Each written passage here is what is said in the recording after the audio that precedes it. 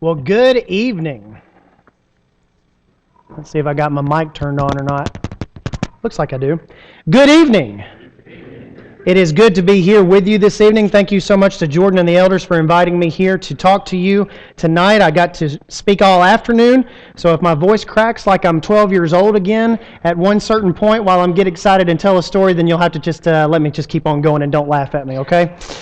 I am talking to you tonight about glorifying God using technology for the glory of God. Now, how would we go about doing that? Well, let me start off by telling you, I'm a big advertising guy. I have a background in marketing and advertising.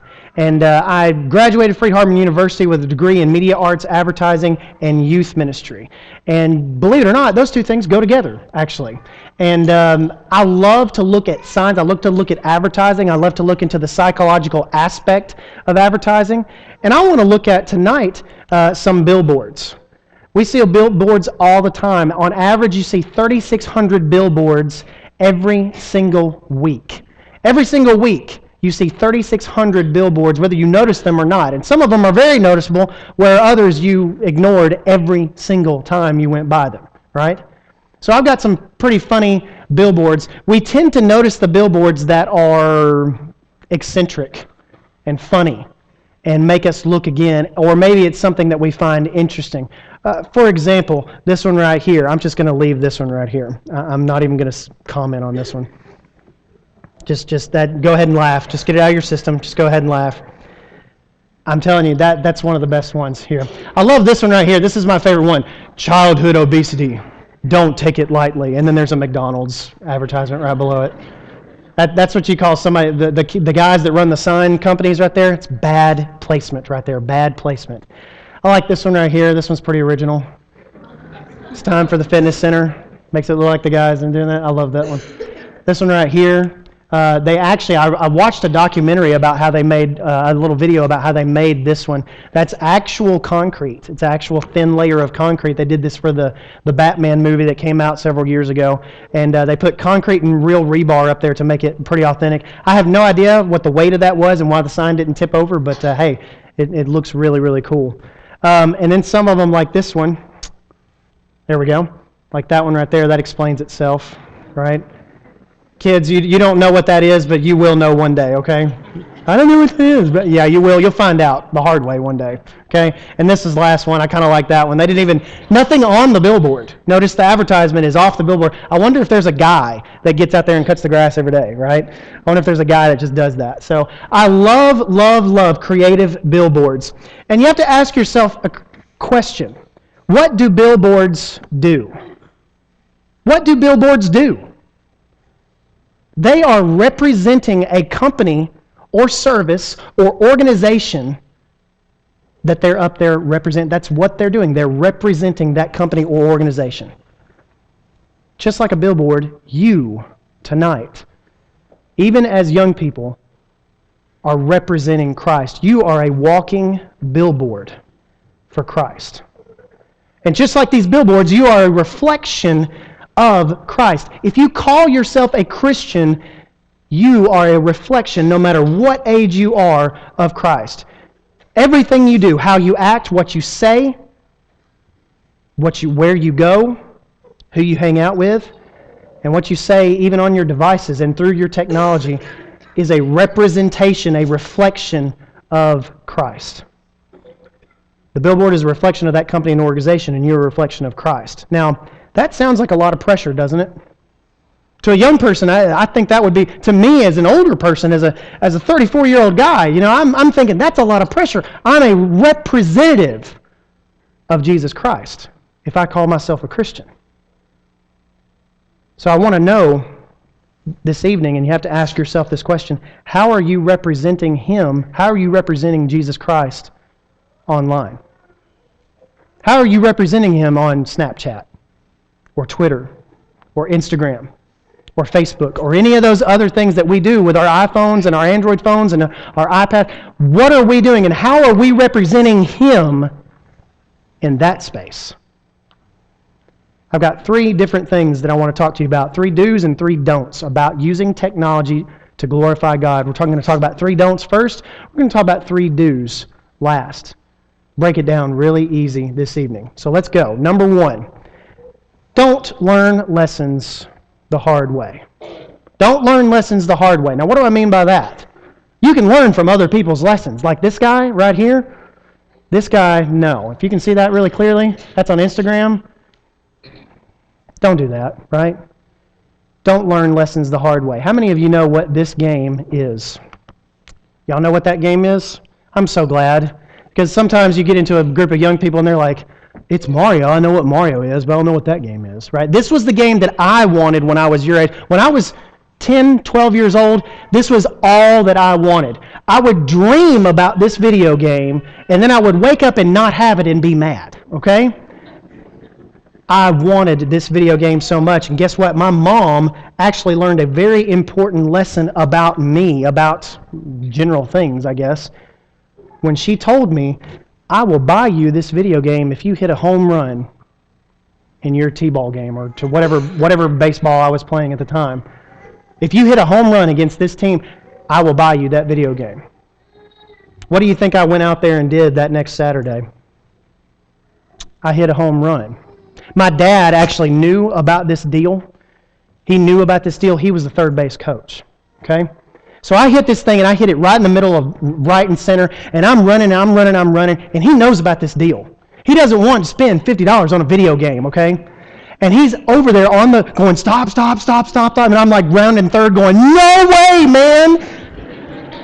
And I had plenty of time, hit home plate, hit the home run, everybody's cheering.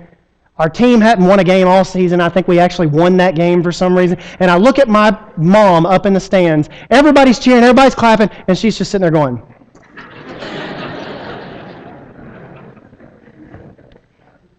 I make jokes about learning lessons, but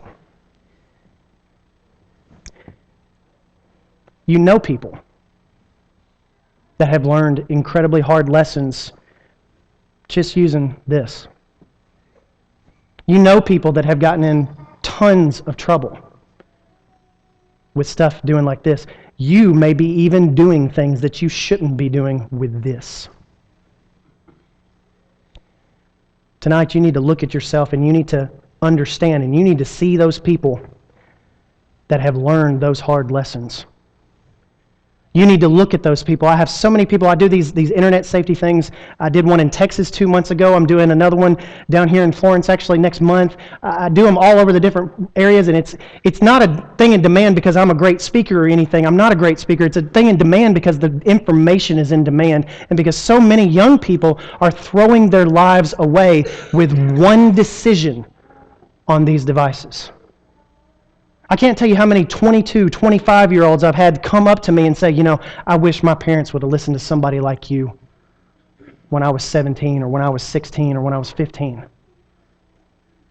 I wish my parents had listened to somebody like you. Maybe I could tell you about the sexting ring that you may have heard about, the 80s-plus football players that were using the secret photo vault app or whatever on your phone, and they were passing around these pictures of their peers, these nude pictures of their peers, and 80 of them are going to jail now. Or maybe I could tell you about the woman in Nashville who did not get the job that she was eminently qualified for because of one questionable photo on Twitter. She had all the qualifications for the job. That one thing disqualified her, and it was from years in her past. Or maybe I could tell you about the 30 million plus people who had their names revealed in an anonymous website named Ashley Madison. Didn't even know this website existed before it became in the news.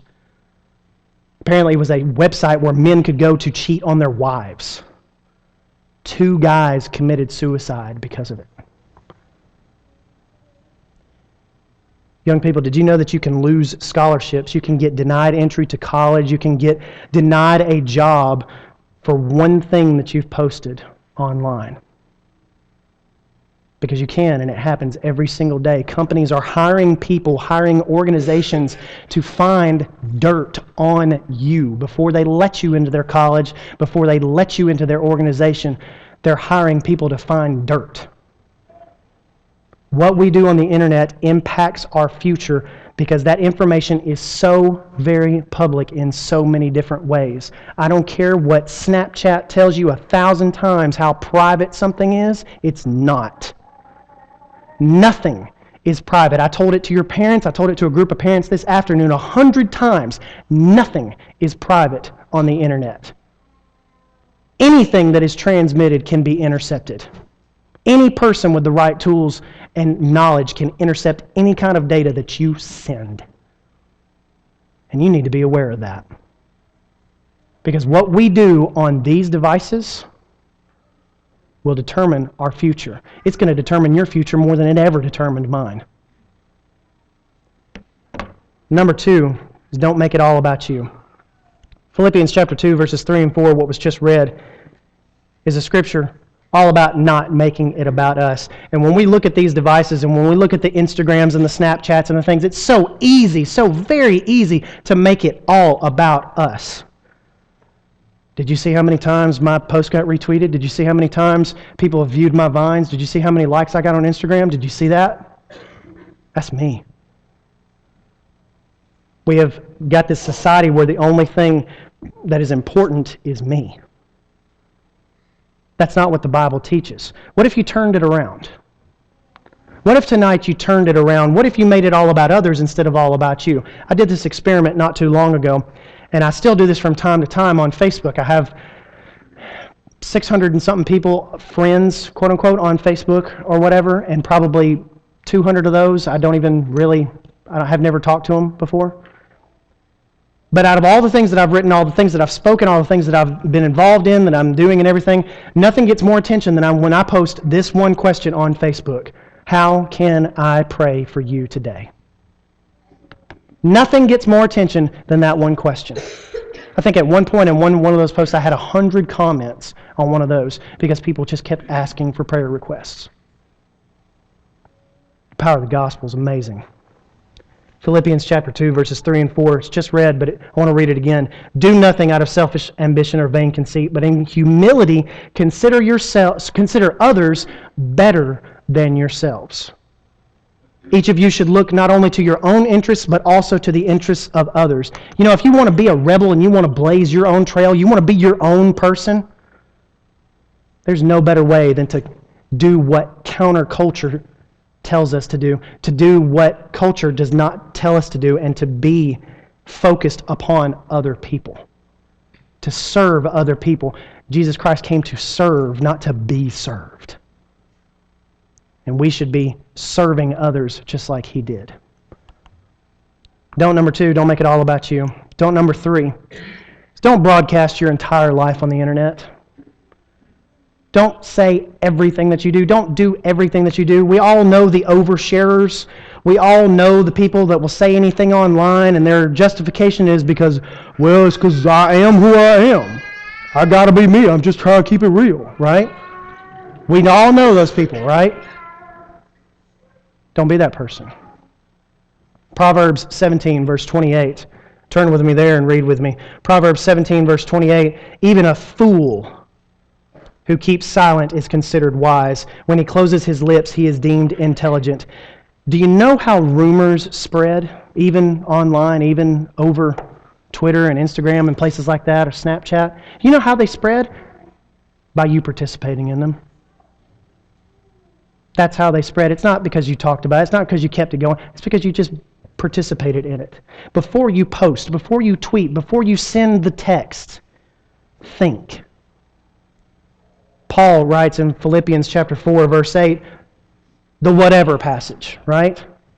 It's the whatever passage. It's whatever is true, he says, whatever is honorable, whatever is just, whatever is pure, whatever is lovely, whatever is commendable, if there is any excellence, if there is anything worthy of praise, think about these things. In other words, if they don't meet this criteria of these things, then you shouldn't be thinking about them.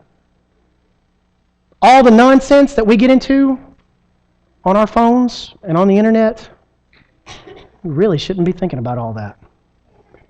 When you break that down, though, before you hit that share button, before you hit the send button, you should probably ask yourselves those questions. Is it true?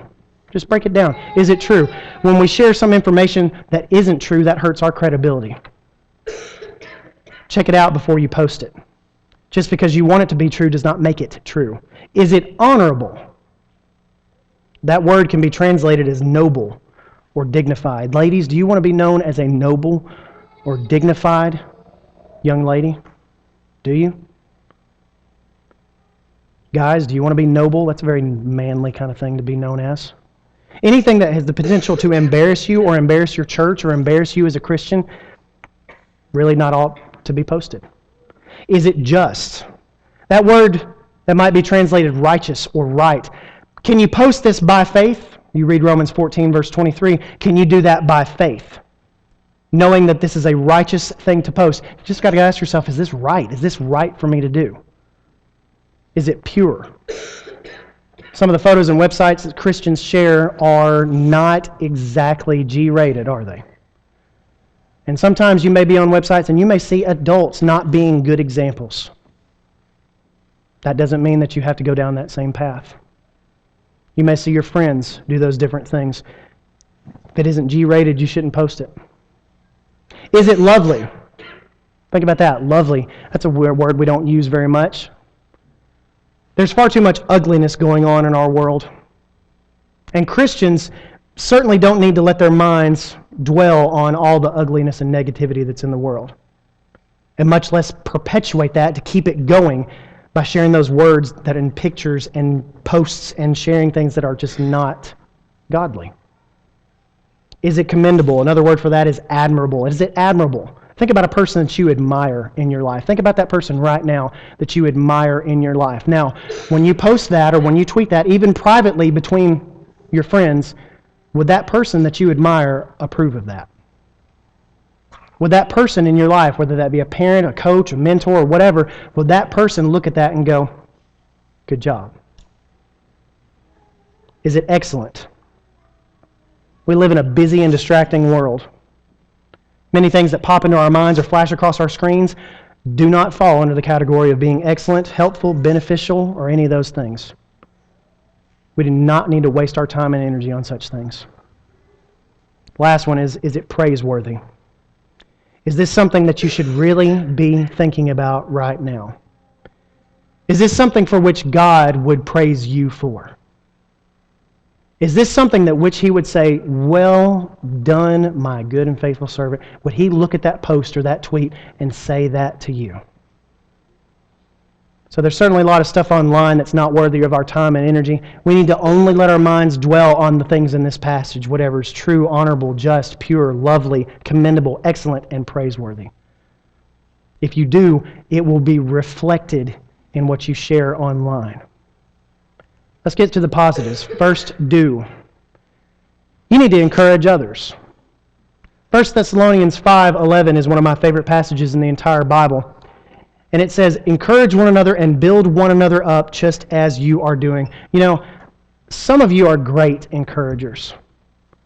If you don't follow Kid President, I'm sure y'all know who Kid President is. If you don't follow Kid President on Facebook or Twitter or any of those kind of things, you really should. Because his stuff is not only funny, but it's incredibly encouraging.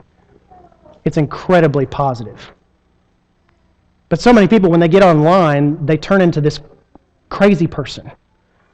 And they turn into this person that they just you think that you can say something online when you would never say that to that person's face.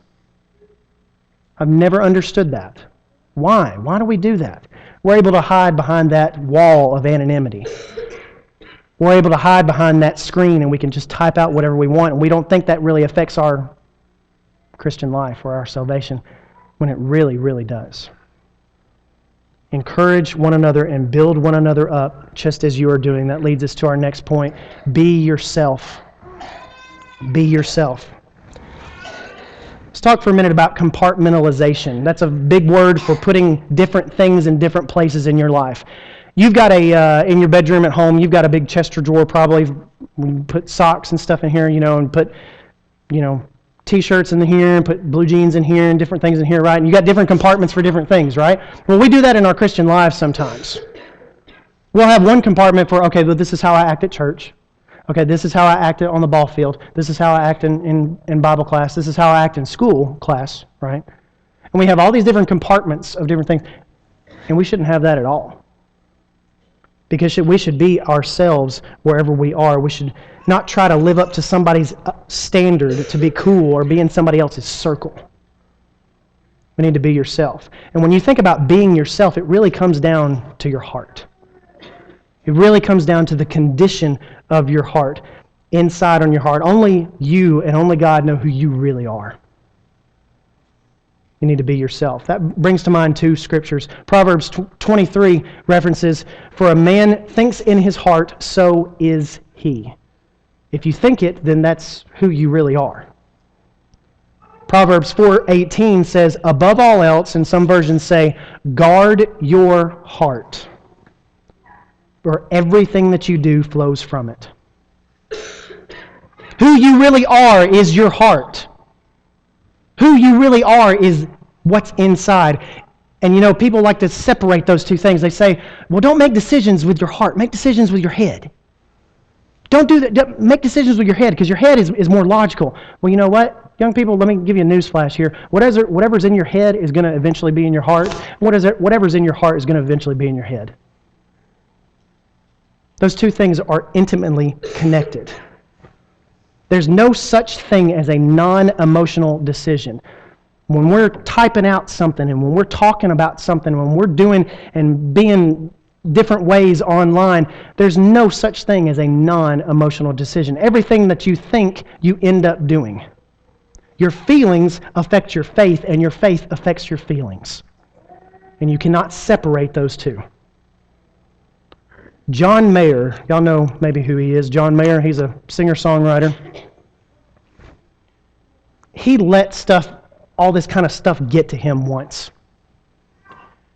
He's had multiple albums go platinum. He was ultra popular. He's not so much necessarily so popular right now, but when I was kind of your age, when I was 17, 18, 20 years old, he was super popular about 10 years ago.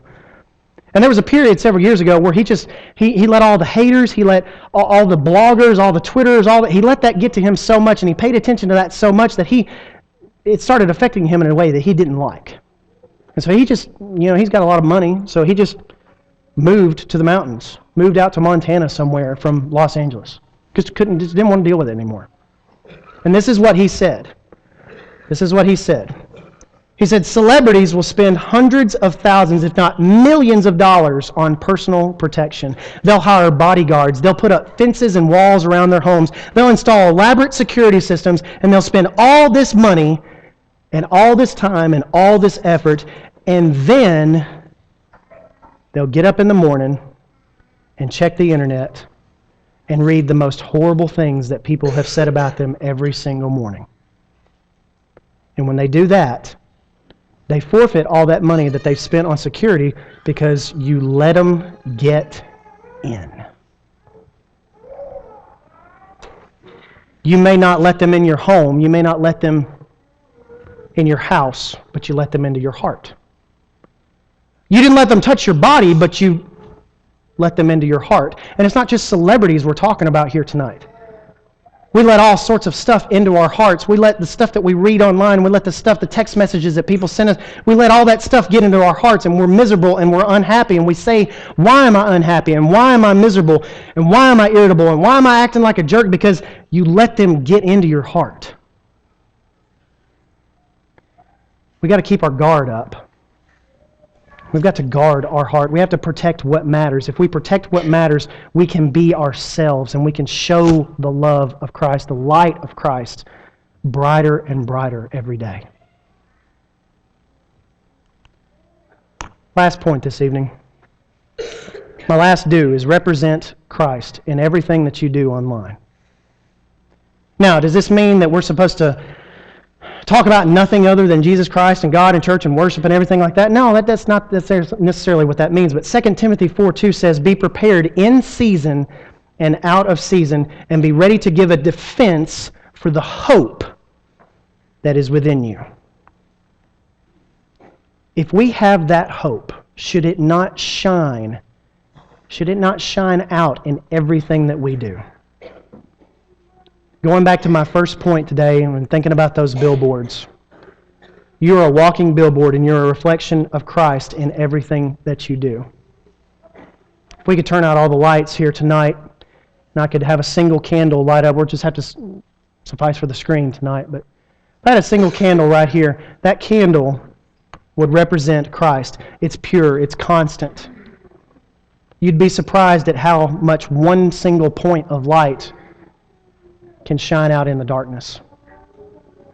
And if I had it on one hand a candle and the other hand a mirror, well, if the candle and the light is Christ, then the mirror represents you. That mirror is supposed to do nothing but reflect that light.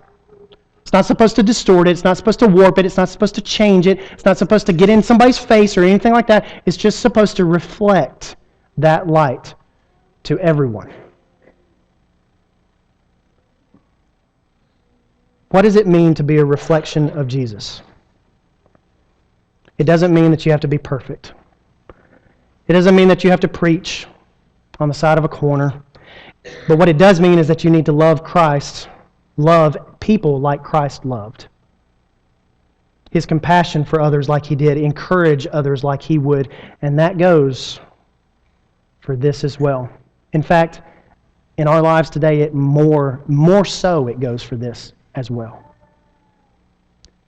The internet for Christians like us should be nothing more than a huge sounding board than to tell everybody about how great Christ is. What if we decided to use these devices, and I know that's distorted a little bit, well, what if we decided to use these devices to glorify God in all things? What if we decided to mirror that light online through Snapchat and through Instagram and through Twitter and through Facebook, through all these other different things? What if we decided that tonight? What if you decided that tonight? I'll tell you what would happen. If you were to do that, you'd change the world. And I don't say that dramatically. I say that because Jesus used 12 ordinary men 2,000 years ago who had none of this, who didn't have the internet, who didn't have even telephone calls, who didn't even have, they had handwritten letters, and that was about it. And He used that to change the course of history forever. So imagine what He could use your youth group for with these kind of tools that we have today. I don't know how else to say it as I close tonight, but your conduct on social media will directly reflect what everyone thinks about the church and what everyone thinks about Jesus Christ. You may be the only Bible that some people read. So, the question tonight is, what are people reading? And what are you advertising? If you need to make a change in your life tonight, if you need to come forward and request a prayer to make a change in your life, to change the path that you're on, to be a better representative of Christ, you can do that this evening. If you need to become a child of God, if you need to be baptized, if you need to say that I believe in Jesus Christ and I want Him to be my Savior, you can do that this evening. Why don't you come tonight and don't delay. Don't make a decision. Don't wait while we stand and while we sing.